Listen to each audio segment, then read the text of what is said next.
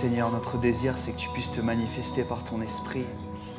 Seigneur, il n'y a que ton esprit qui puisse nous convaincre et nous changer, Seigneur. Manifeste-toi, Seigneur, merci pour ta présence, nous le croyons. Même si nous ne te voyons pas, nous croyons que tu es présent parmi nous, Jésus. Merci pour ce moment. Bénis ce temps autour de la parole de Dieu, Seigneur. Aide-nous à grandir et vraiment être façonnés par ta parole qui est la vérité. Au nom de Jésus, nous prions. Amen. Amen. Je vous invite à vous asseoir. Soyez les bienvenus à ce rassemblement de l'Église. On est vraiment heureux de voir des gens qu'on connaît, des gens qu'on ne connaît pas, des gens qui viennent de temps en temps, des gens qui reviennent. On est vraiment heureux. Chaque dimanche, on est vraiment heureux de se rassembler. On est content de se voir. Ceux qui viennent tous les dimanches, vous êtes contents de venir le dimanche ? Ouais ? Moi aussi, je suis content. Et on est content aujourd'hui. Aujourd'hui, c'est une occasion particulière. Je m'appelle Mathias, je suis un des pasteurs de cette assemblée. Et aujourd'hui, on appelle cela le dimanche de la rencontre. Peut-être que quelqu'un vous a invité aujourd'hui. Et on appelle cela le dimanche de la rencontre. Parce que nous, qui sommes chrétiens, avant d'être protestants évangéliques, vous savez, en France, on aime bien tous les titres et les déclinaisons. Avant tout, on est chrétiens, nous croyons en Dieu, nous croyons en Jésus. Et nous voulons partager cela avec les gens. Voilà, donc si on vous a invité, c'est pour partager notre foi avec vous.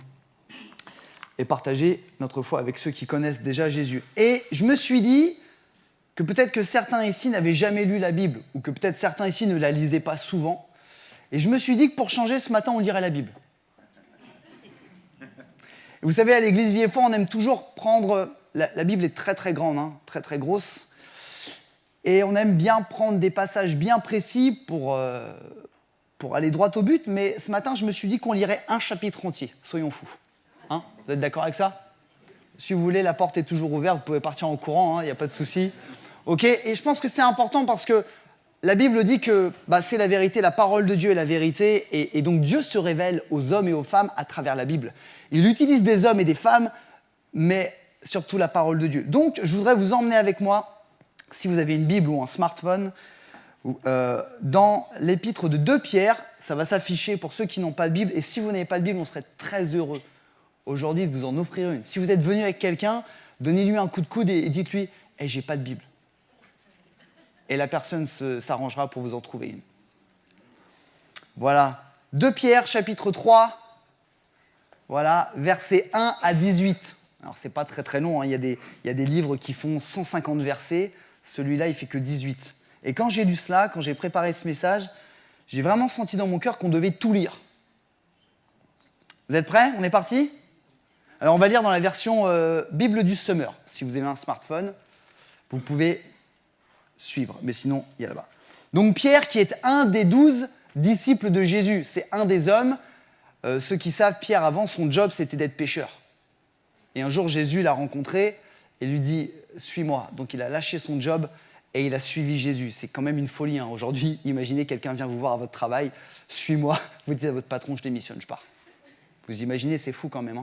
Mais il a lâché son job, il a suivi Jésus, le Fils de Dieu.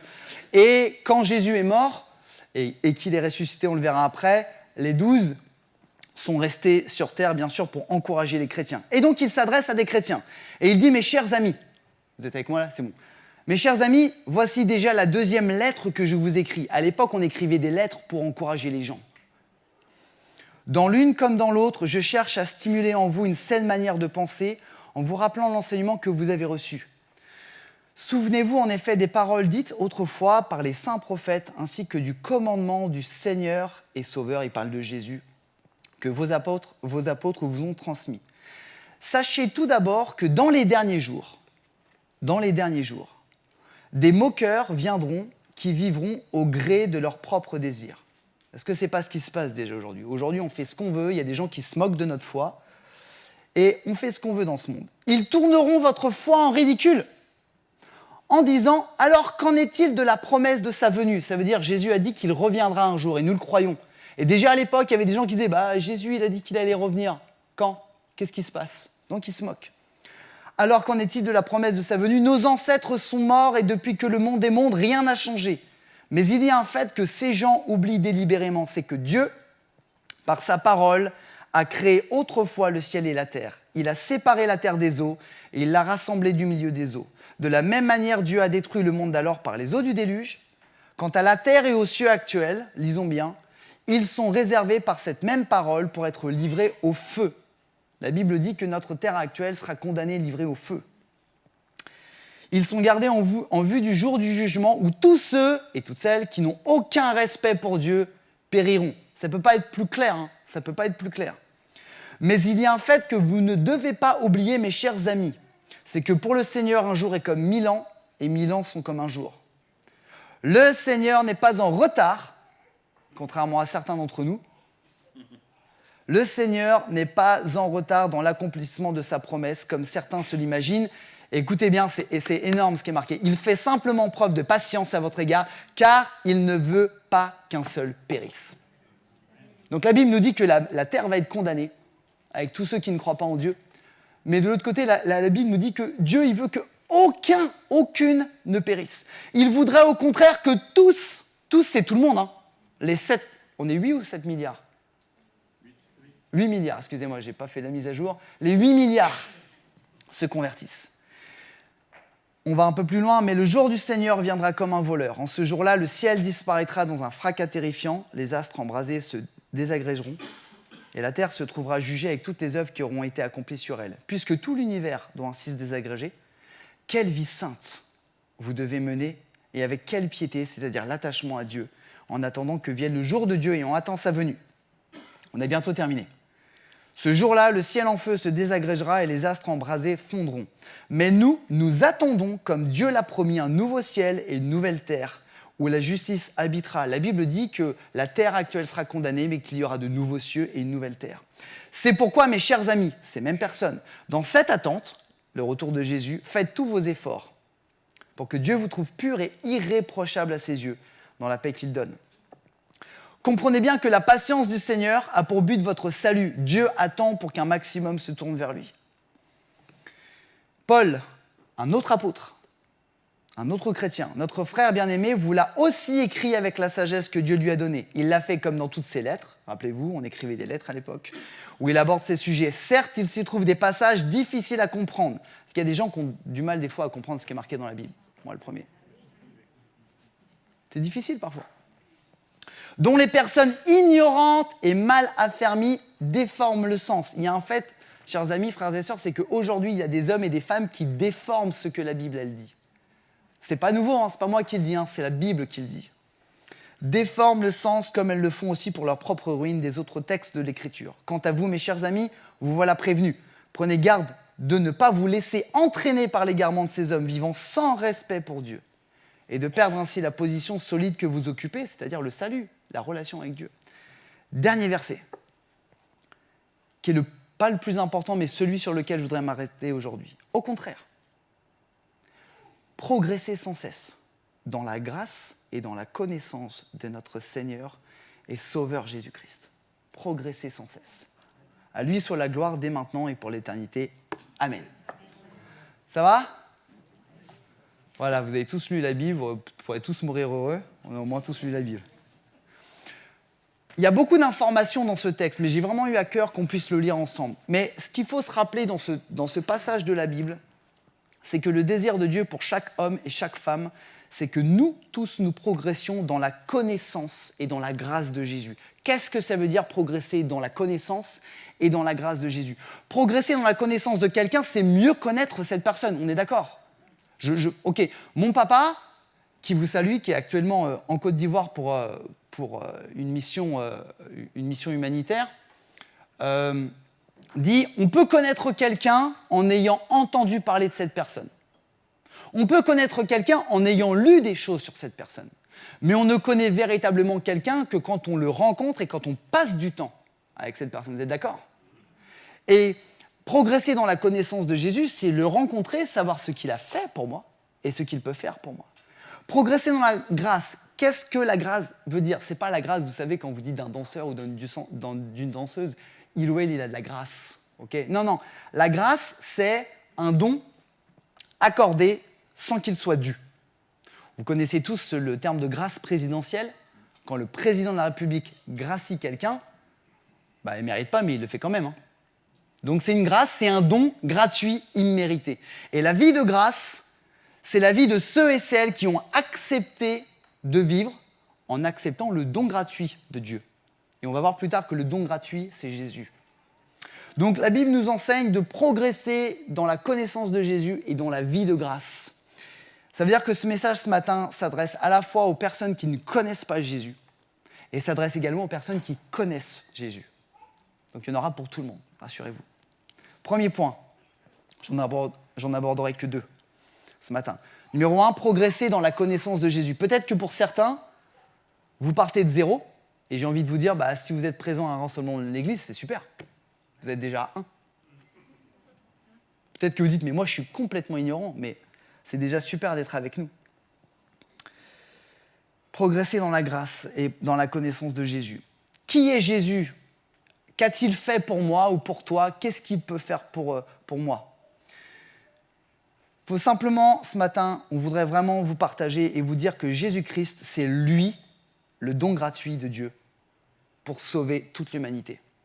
S'il y a un truc à se rappeler ce matin, c'est que Jésus, c'est le don gratuit de Dieu pour moi, pour toi, pour l'humanité. Et Jésus a fait des choses pour nous, pour moi et pour toi, dans le passé, dans le présent et dans l'avenir. Vous allez dire quoi, dans le passé, dans le présent, dans l'avenir ? Jésus a fait déjà quelque chose dans le passé pour toi et moi, alors que toi et moi, nous n'étions pas nés. La Bible dit, quand vous relisez, quand vous lisez la Bible, quand vous commencez dans la Genèse, la Bible dit que Dieu a créé le monde, la terre, les cieux, la mer, les poissons, tout ça, et il a créé l'homme et la femme. Et la Bible dit qu'au départ, l'homme et la femme étaient parfaits. Parfaits, ils devaient être magnifiques, parfaits, grands, pas de péché, pas de maladie. Mais la Bible nous dit aussi que l'homme et la femme, ils ont choisi volontairement de désobéir à Dieu. Vous connaissez certains, peut-être, la tentation du serpent avec le fruit. Certains disent que c'est une pomme, mais c'est pas marqué dans la Bible que c'était une pomme. C'était un fruit qui était beau à voir. Moi, je pense que c'est plutôt une fraise, mais la fraise, ça pousse pas sur les arbres. Ma femme m'a dit un jour, c'est pas une fraise, ça pousse pas sur les arbres. C'est pas, hein. Bon, bref, un fruit beau à voir. L'homme et la femme se sont laissés tenter. Ils ont désobéi à Dieu, ils ont été tentés par le diable, et à partir de ce jour-là, il y a eu une séparation, une fracture, une scission entre Dieu et l'homme. Et c'est là que le péché est venu. Et c'est pour ça que l'homme et la femme, ils ont été chassés de la présence de Dieu du jardin d'Éden. Il y a des milliards, des milliers d'années, on ne sait pas combien de temps. Mais Dieu a tant aimé l'homme et la femme, qu'il leur a donné une deuxième chance. Je ne sais pas si certains ont des enfants ici, mais nos enfants, quand ils désobéissent, on leur donne une deuxième chance, puis après, stop, quoi. Non ? Je suis le seul à faire ça ? Père indigne. C'est un peu la même chose. Dieu a donné une deuxième chance, sachant que l'homme et la femme étaient mauvais. Pourquoi il a donné une deuxième chance ? Parce que la Bible dit que pour pardonner des péchés, pour que des péchés soient pardonnés, quelqu'un doit mourir. La Bible le dit. C'est la raison pour laquelle les Juifs, il y a plusieurs milliers d'années, ils offraient des animaux en sacrifice pour demander pardon à Dieu de leurs péchés. Ils faisaient ça tous les jours, toutes les semaines, pour dire, voilà, aujourd'hui, j'ai menti à mon voisin, j'offre, je sais pas, un mouton, ce que vous voulez, ok, pour expier. Mais la Bible dit que ça, c'était juste, c'était pas permanent. Et Dieu a envoyé quelqu'un pour pardonner nos péchés de manière complète, radicale et continue. Mais la Bible dit que ça devait être quelqu'un de parfait sans péché. Il a donc envoyé Jésus, qui est le Fils de Dieu. C'est la raison pour laquelle Jésus est venu sur terre. Jésus est venu sur terre pour mourir. Il n'est pas juste venu pour parler de Dieu. Jésus est venu sur terre pour mourir, pour toi, pour moi. Même si tu n'acceptes pas, même si tu ne crois pas en Jésus, il est quand même mort pour toi. Tu ne pourras rien y faire. Il est mort pour toi et mort pour moi, pour que toi et moi, nous puissions être complètement réconciliés avec Dieu. Vous me suivez ? Ouais. Il a fait ça dans le passé. Moi, je n'étais pas né. Peut-être certains étaient nés il y a quelques milliers d'années. Mais moi, je n'étais pas né. Et il a fait ça. Et vous savez, la France reste un pays quand même chrétien d'origine, même si aujourd'hui, on ne reconnaît plus ça. Mais aujourd'hui, des gens ont des croix, ou vous voyez des croix un peu partout. Et je ne pense pas que les gens comprennent vraiment la signification de la croix. La croix, ça ne veut pas dire Dieu. La croix, ça veut peut-être dire Jésus est mort. Mais la croix, ça veut dire Dieu me donne une deuxième chance. Dieu me donne une deuxième chance d'être réconcilié avec lui. C'est ça. Jésus peut faire quelque chose aussi aujourd'hui. Il fait aujourd'hui quelque chose. Par sa présence dans ma vie, par l'activité de l'Esprit de Dieu, Jésus est à nos côtés tous les jours et il nous aide. Le problème, c'est que Jésus n'est pas visible. Donc il faut croire qu'il est là sans le voir et sans le toucher. Et ça s'appelle la foi. Nous, en France, l'être humain, il aime bien toucher. Vous aimez bien toucher, vous, quand vous achetez quelque chose, quand vous... Non? Vous n'aimez pas toucher? Il n'y a que moi qui aime toucher. On aime bien tester, hein? On aime bien acheter quelque chose et voir, essai gratuit, retour, frais de port gratuit au retour, non? Je suis le seul? Merci, il y a une dame qui lève la main. Ouais, t'es pas tout seul, t'es pas le boss. On aime bien tester, mais la Bible, elle dit, non, si tu crois que Jésus est vivant, tu crois qu'il est esprit, tu crois qu'il est là, même si tu ne peux pas le toucher, tu crois qu'il est avec toi au travail, tu crois qu'il est avec toi dans ta voiture, partout où tu es, même quand tu es en galère, tu crois. Mais la Bible dit que la foi, c'est l'espérance des choses qu'on ne voit pas. On ne peut pas demander à Jésus de se montrer visible à nous, c'est pas en accord avec la foi. Et donc Jésus est présent, et il l'a dit, avant de monter au ciel, il a dit à ses disciples. Jésus est mort, il est ressuscité, et il s'est montré à ses disciples avant de monter au ciel, et il leur a dit, c'est dans Matthieu 28, 20, je crois que ça va s'afficher, « Voici, je suis moi-même avec vous tous les jours, jusqu'à la fin du monde. » Comment un homme, enfin un Dieu plutôt, qui pouvait monter au ciel, allait dire à ses disciples, « Je suis avec vous. » Jusqu'à la fin du monde. C'est la preuve que Jésus, il est avec moi, il est avec toi si tu l'acceptes, tous les jours. Et Jésus, il n'est pas juste avec moi le dimanche, ou quand je suis en galère. Il est avec moi tous les jours et toutes les nuits. Partout où tu vas, si tu crois, son esprit est avec toi. On a parlé du passé, on a parlé du présent, je voudrais parler de l'avenir. Jésus, la Bible dit que Jésus est mort pour nous pardonner de nos péchés. La Bible nous dit que Jésus est ressuscité et qu'il est monté au ciel. Et le fait que Jésus soit ressuscité nous permet à tous d'accéder à la vie éternelle. Et ça, je trouve que c'est quand même super chouette. Amen. Vous savez, la mort n'est pas la fin. Nous croyants. Rigolez, essayez de le dire, vous verrez. Nous croyons que la mort n'est pas la fin. C'est-à-dire qu'on veut que la mort, ce soit le plus tard possible. Hein. Vous êtes d'accord avec moi? Ouais, le plus tard possible. Mais la Bible dit que la mort n'est pas la fin pour ceux qui croient en Dieu et pour ceux qui ne croient pas en Dieu. Parce que la vie éternelle existe pour tout le monde. Que ce soit dans le paradis avec Jésus, en enfer avec le diable. Disons la vérité. Hein. La mort n'est pas la fin. Et grâce au sacrifice et à la résurrection de Jésus, si tu acceptes cela, et dans l'avenir, le plus loin possible, j'espère pour toi et pour moi, tu pourras ressusciter pour les nouveaux cieux et les nouvelles terres qu'on a lus là, qui vont se passer à la fin du monde. Donc finalement, progresser dans la connaissance de Jésus, c'est d'abord comprendre qu'il est le sauveur du monde et mon sauveur. Même si je ne connais pas Jésus et qu'il me dit « Non, moi, il ne me connaît pas, Jésus. » Si, Jésus te connaît. Et il est mort, il est venu sur terre, il a souffert alors qu'il était innocent. Il est mort sur la croix pour nous réconcilier avec Dieu. Jésus est le moyen pour moi et pour toi d'être réconcilié avec Dieu. La Bible dit que c'est un médiateur, c'est quelqu'un entre Dieu et nous. Et vous savez, je termine pour ce premier point, ce n'est pas une compréhension intellectuelle ce matin qu'on veut dire, c'est une erreur de croire que ce sont les hommes qui persuadent, vous le savez. On peut vous persuader, un bon commercial peut vous persuader d'acheter quelque chose dont vous n'avez pas besoin. Hein, ça s'appelle le marketing. On est tous victimes de ça. Ouais, on est tous victimes de ça. Mais on ne peut pas vous persuader de croire en Dieu. Il faut être clair. On dit souvent, oui, mais vous, les croyants, vous faites du prosélytisme. Non, c'est faux. La Bible dit que c'est Dieu qui convainc les cœurs et pas les hommes. La différence, c'est que les croyants et les croyantes partagent leur espérance. Et si on vous a invité aujourd'hui, vos amis ou vos familles vous partagent ce qu'ils croient. On n'essaye pas de convaincre. Et c'est un processus spirituel, on l'a chanté tout à l'heure, non par force ou par puissance, mais par l'Esprit du Seigneur. Donc si un jour, quelqu'un se tourne, et on le souhaite de tout notre cœur que ce soit le maximum de personnes, si quelqu'un se tourne vers Dieu et vers Jésus, c'est parce que l'Esprit de Dieu l'aura rencontré. Amen. Ouais. Vous êtes d'accord avec ça? Deuxième point, est-ce que vous êtes toujours avec moi ce matin? Regardez si la personne à côté de vous ne dort pas, encore. Ça peut arriver. Hein. Ce serait dommage qu'elle loupe la moitié du message. Alors, le premier point, c'était progresser dans la connaissance de Jésus. Et le deuxième, c'est progresser dans la... Vous avez une anti-sèche? Merci Rachel. Je rappelle, vivre dans la grâce, quand on dit progresser dans la grâce, c'est vivre dans la vie où on a accepté le don gratuit de Dieu.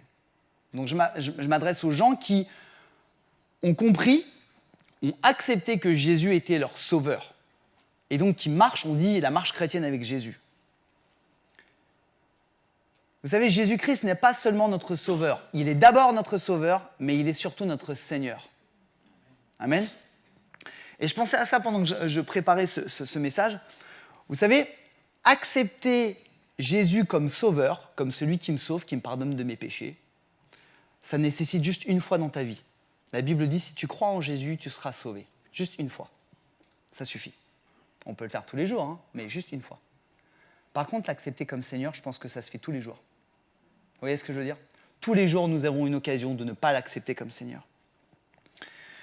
Jésus désire que nous puissions croire en lui, le servir, le mettre à la première place et œuvrer.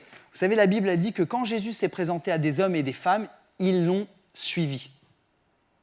Ils ont arrêté ce qu'ils faisaient, ils l'ont suivi. Alors la question aujourd'hui, ce n'est pas d'arrêter notre job, hein, mais c'est de suivre Jésus dans ses enseignements. Jésus ne veut pas faire de toi ou de moi un membre de l'Église Vie et Foi. Il ne veut pas faire de toi un croyant. Il veut faire de toi un disciple. Vous connaissez le terme disciple? Un disciple, c'est quelqu'un qui apprend auprès de quelqu'un. Donc c'est super que tu sois membre de l'Église Vie et Foi. On est content de t'avoir parmi nous, mais ce n'est pas biblique. Hein. Jésus veut avant tout des disciples. Et la bonne nouvelle, c'est que pour être son disciple, Jésus nous équipe de l'Esprit de Dieu, son Saint-Esprit, pour faire face à ce challenge. Je reprends ce texte que j'ai lu tout à l'heure, et je ne pense pas qu'il va s'afficher. Pierre disait, « Puisque tout l'univers doit se désagréger, quelle vie sainte vous devez mener et avec quelle piété en attendant que vienne le jour de Dieu. » La piété, c'est quoi la piété? C'est l'attachement à Dieu. C'est la ferveur, c'est l'obéissance à Dieu. La Bible nous dit de faire tous nos efforts pour que Dieu nous trouve purs et irréprochables. Ça ne veut pas dire d'être saint, on ne sera jamais saint. Tant qu'on est encore en vie, on ne sera pas parfait. Vous le savez ça? Je vous rassure, nous ne serons jamais parfaits ici-bas. Déjà, si on sait ça, ça nous rassure. Mais pourtant, on doit progresser dans la vie de grâce, dans l'obéissance à Jésus. C'est une erreur de croire que la rencontre avec Jésus est le point final. Wow, j'ai accepté Jésus comme sauveur, c'est bon, c'est la fin du film, c'est super. Non, c'est le début, c'est le générique du début.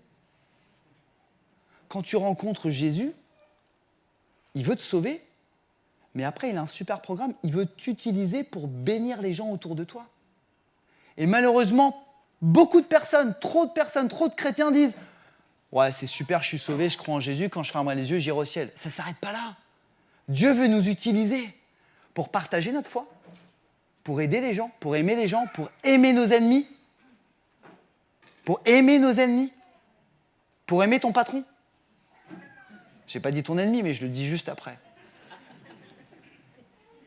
Pour aimer ton collègue ou ta collègue. Bah ouais. Et ça, humainement, c'est pas possible. Par contre, si tu as accepté Jésus et que tu as accepté l'Esprit de Jésus, alors ça change une personne. Vous êtes d'accord? Moi, je connais des personnes ici qui, avant, étaient différentes et qui ont rencontré le Seigneur et qui sont changées. Gloire à Dieu pour ça. Ce n'est pas un processus humain. Dieu veut que nous puissions progresser dans la vie de grâce. Et progresser dans la vie de grâce, ça s'appelle la formation. On fait tous à peu près un métier ici. Ouais, il y a des gens qui travaillent. On a fait des études, une formation. OK. Est-ce que vous avez fait votre formation avant de commencer à travailler ou vous avez travaillé avant de faire votre formation? Sentez-vous libre de répondre. Vous imaginez un chirurgien qui arrive devant un patient. Bon, écoutez, je sors du bac. Je vais vous opérer, puis après, j'irai en médecine. Vous imaginez ça? Alors, qu'est-ce que c'est que ça? Ça sert à rien. À quoi ça sert? Oups. Notre frère qui est chirurgien, il n'est pas là, mais vous imaginez? C'est la même chose avec Jésus. Il veut te former. Il veut t'utiliser, il veut te transformer, il veut te donner des talents pour après t'utiliser pour bénir. Et c'est pas le contraire. Je voudrais terminer par 2-3 points. Ça veut dire quoi progresser dans la grâce? Donc je m'adresse aux croyants ce matin, aux ceux qui ont accepté Jésus, qui connaissent déjà Jésus. Progresser dans la grâce, numéro 1, c'est progresser dans la connaissance de Jésus. Vous allez dire, mais Mathias, tu as déjà parlé de la connaissance de Jésus. Ouais, mais quand on progresse dans la vie de grâce, on progresse dans la vie de connaissance avec Jésus. C'est passer d'une connaissance personnelle de Jésus à une connaissance intime de Jésus. Peut-être certains sont mariés, on a des relations, on a une complicité intime. Je ne parle pas de relations physiques, je parle de complicité. Vous me suivez? Ok? Donc, Jésus, il veut apprendre à te connaître, mais il veut que tu le connaisses parfaitement. Ceux qu'il aime, ceux qu'il n'aime pas. Et comment je fais ça pour progresser dans ma relation avec Jésus? Je dois échanger quotidiennement avec lui. Quotidiennement. Comment je peux échanger avec Jésus? Je peux lire la Bible. Parce que quand je lis la Bible, Jésus va me parler. Il va parler à mon cœur. Deuxième chose, je peux parler à Jésus à voix haute ou dans mon cœur. Ça s'appelle prier. Je peux faire des expériences avec Jésus. Vous savez, c'est pas parce que tu franchis la porte de ton boulot, que tu as scanné ta carte et que tu as passé la porte de sécurité, que Jésus t'attend dehors et qu'il dit à ce soir à 17h. Quand tu commences à faire des expériences avec Jésus, quand tu vois que tu as une galère au boulot, tu as un problème personnel et tu t'es dit « Jésus, je veux te parler, viens-moi en aide, montre-moi que tu es là. » Et que bizarrement, c'est du hasard, hein, c'est bizarre, hein, le problème s'est réglé. Ça s'appelle une expérience et tu apprends à connaître Jésus. Alors au début, tu dis « Non, c'est du hasard. » Puis à la deuxième fois, tu dis « Non, c'est de la chance. » Puis à la troisième fois, tu dis non, c'est ma grand-mère qui est chrétienne parce qu'elle prie pour moi. Puis à la quatrième fois, tu dis bon, je vais arrêter de dire des bêtises et il y a peut-être quelqu'un dans ma vie qui veille sur moi. Vous êtes d'accord avec ça? Combien d'entre nous, on pourrait dire mais j'ai vécu des expériences de fou, quoi. Hein? Deuxième, progresser dans la grâce, c'est progresser dans la ressemblance à Jésus. La Bible dit que la ressemblance à Jésus s'appelle la sanctification. La sanctification, ça ne veut pas dire être parfait, je le dis tout de suite. La sanctification, c'est progresser dans notre caractère pour devenir de plus en plus comme Jésus. D'accord? J'aurais juste vous partager une anecdote. Moi, je travaille dans un lycée, je suis enseignant, et les parents qui ont des ados, ils vont comprendre. 90% de mes élèves ont les mêmes chaussures. Ça parle à des parents qui ont des ados, là? Ça commence par R, ça finit par force. Ils les ont tous. Et il faut, sinon tu n'es pas à la mode. Que tu sois un enfant, que tu sois en seconde, en première, en terminale, que tu sois grand, que tu sois petit, il te faut des Air Force. Ils ont tous ça. Nous, on lutte encore pour ne pas en acheter. Parce que c'est la mode, parce que tout le monde doit être pareil, parce que quand tu es pareil, tu es accepté socialement, tu es in, tu es cool, tu es OK.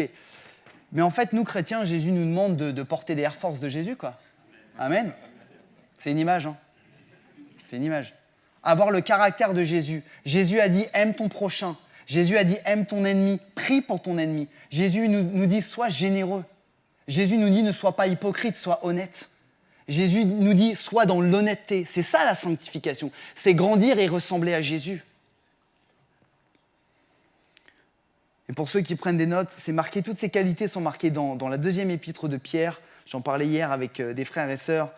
Et ces qualités nous aident à grandir, à mieux connaître Jésus. Troisième et dernier point, pour progresser dans la vie de grâce, je dois progresser dans la vie de l'esprit. La Bible nous dit que Dieu, il est esprit. Dieu n'est pas un homme, Dieu n'est pas un vieillard, Dieu est un esprit surpuissant. Et l'esprit de Dieu vit en la personne qui croit en lui. Et Dieu nous permet de ne pas vivre selon le modèle du monde, mais de vivre selon le modèle de l'esprit. Et l'esprit de Dieu veut m'utiliser. Qu'est-ce qui se passe quand l'esprit de Dieu m'utilise? Je deviens un outil entre les mains de Dieu pour faire du bien autour de moi. Et vous savez quoi? Je pensais à ça cette semaine. Je passe de « j'utilise Jésus » à « Jésus m'utilise ». Jésus, s'il te plaît, donne-moi la promotion. Jésus, s'il te plaît, guéris-moi. Ok, on a le droit de prier, mais là, j'utilise Jésus. Mais Jésus voudrait peut-être nous utiliser, nous. Jésus, peut-être qu'il dit, tiens, je sais pas, Brian, j'espère qu'il y a personne qui s'appelle Brian. Jésus dit, Brian, je veux t'utiliser pour parler à cet homme qui est malheureux, qui est dépressif. Mais Brian, il n'entend pas. Jésus, donne-moi cette promotion. Brian, parle à cet homme. Jésus, donne-moi cette promotion. Brian, parle à cet homme. Et souvent, on utilise Jésus, mais quand on vit la vie de l'Esprit, quand on laisse le Saint-Esprit agir en nous, alors on commence à être utilisé par Jésus. Et quand on est utilisé par Jésus, parce qu'on est imparfait, mais Jésus est parfait, c'est formidable. Bon élément d'évaluation, dans combien de domaines de ma vie Jésus est-il le leader ? Je vis une vie de grâce. Est-ce que Jésus est le leader dans ma famille ? Est-ce que Jésus est le leader dans mon travail, dans mes loisirs, dans la gestion de mon argent ? Est-ce que Jésus est le leader dans mon langage ? Analysez un peu comment tu parles, comment je parle. Est-ce que Jésus est le leader dans mes pensées, dans mon agenda, dans mes projets ? Et c'est tout ça la vie de grâce. Vous savez, certaines personnes, certains chrétiens, même certaines personnes sont OK pour suivre Jésus en tant que Seigneur. Seigneur, j'ai compris, Jésus, tu m'as sauvé, tu es mort à la croix pour moi, OK, tu es mon Seigneur de chaque jour. Ils acceptent ça jusqu'au jour où ils rencontrent une belle femme. Et alors là, ou un bel homme.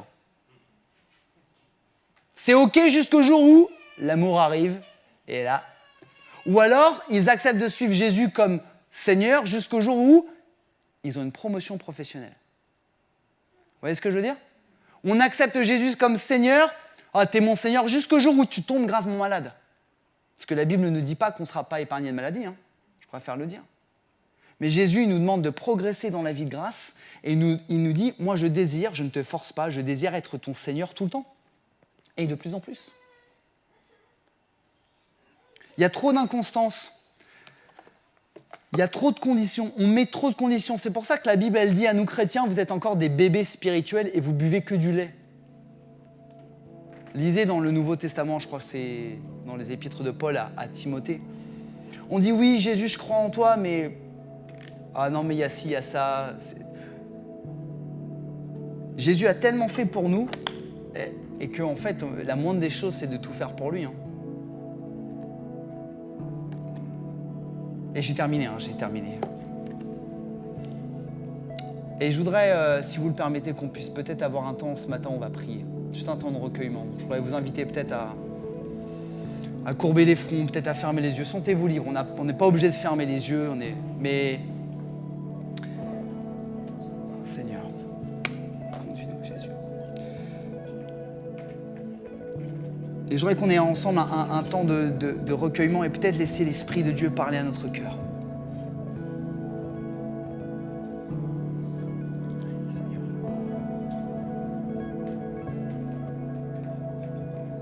Personne ne nous regarde, c'est juste entre nous et Dieu ce matin. Et j'apporte ce message de manière bien imparfaite, mais je prie vraiment, et c'est notre prière, que l'Esprit de Dieu puisse parler à chacun ce matin.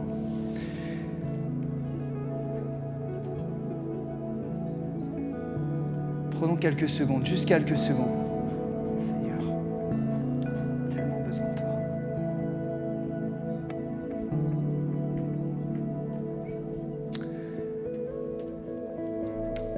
Merci Seigneur. Et ce matin, je voudrais juste... on va rester quelques secondes dans ce temps de recueillement et je voudrais vous donner une opportunité ce matin. Et je m'adresse autant aux non-croyants qu'aux croyants, qui que tu sois. Si ce matin, dans ton cœur, tu désires vraiment personnellement dire « moi, je veux apprendre à connaître Jésus ». Ce que j'ai entendu ce matin, ça me parle. J'ai aucune expérience, mais je veux apprendre à le connaître personnellement. Moi, je veux que Jésus, l'Esprit de Dieu, se révèle à mon cœur. Ce n'est pas un homme, mais que ce soit l'Esprit de Dieu. Ou alors, si ce matin, tu es chrétien et tu dis « mais moi, je veux faire de Jésus plus mon Seigneur. » C'est dur, mais je veux faire de Jésus plus mon Seigneur. Et je veux que Jésus m'utilise dès cet après-midi quand je vais rentrer à la maison. Que tu sois cette première ou cette deuxième personne.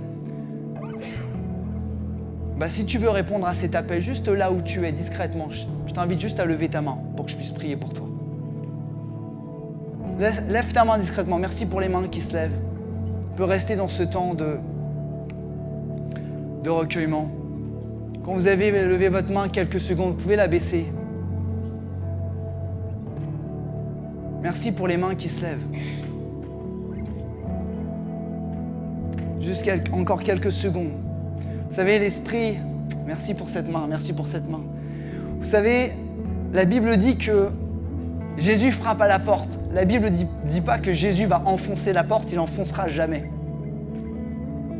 Mais c'est peut-être un moment ce matin où Jésus frappe dans ton cœur.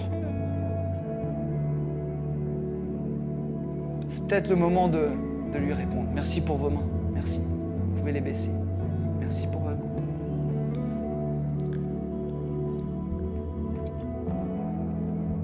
Je voudrais prier, qu'on puisse prier ensemble. Seigneur, je te remercie pour ces instants qu'on peut partager autour de ta parole.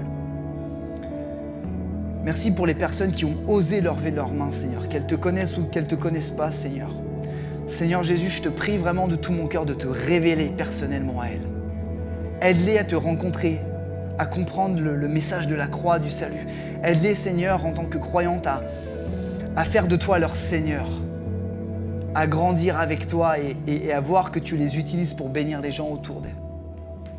Vraiment, je te prie de bénir toute cette assemblée. Je te prie aussi peut-être pour les gens qui nous regardent sur la chaîne YouTube. Bénis-les là où ils sont, Seigneur. Merci pour toutes tes grâces. Merci parce que tu es un Dieu formidable. Amen. Amen. Merci à tous pour votre attention. Avant de laisser la place à la louange pour peut-être terminer cette célébration, si ce matin vous avez levé la main et que vous ne connaissez pas Jésus, dit mais moi je veux connaître Jésus, je vous invite à la fin, on a un espace d'accueil et on aura des membres de l'équipe pastorale qui sont vraiment, et on aimerait vraiment prier avec vous. Juste entre vous et nous, et si vous avez à cœur, que vous soyez croyants ou non croyants, c'est pour tout le monde. Mais si vous avez à cœur, allez rencontrer les hommes et les femmes de l'équipe pastorale et dites-leur, moi je veux connaître Jésus, personnellement, ou j'ai besoin de Jésus, et on sera vraiment heureux de prier avec vous. Que Dieu vous bénisse.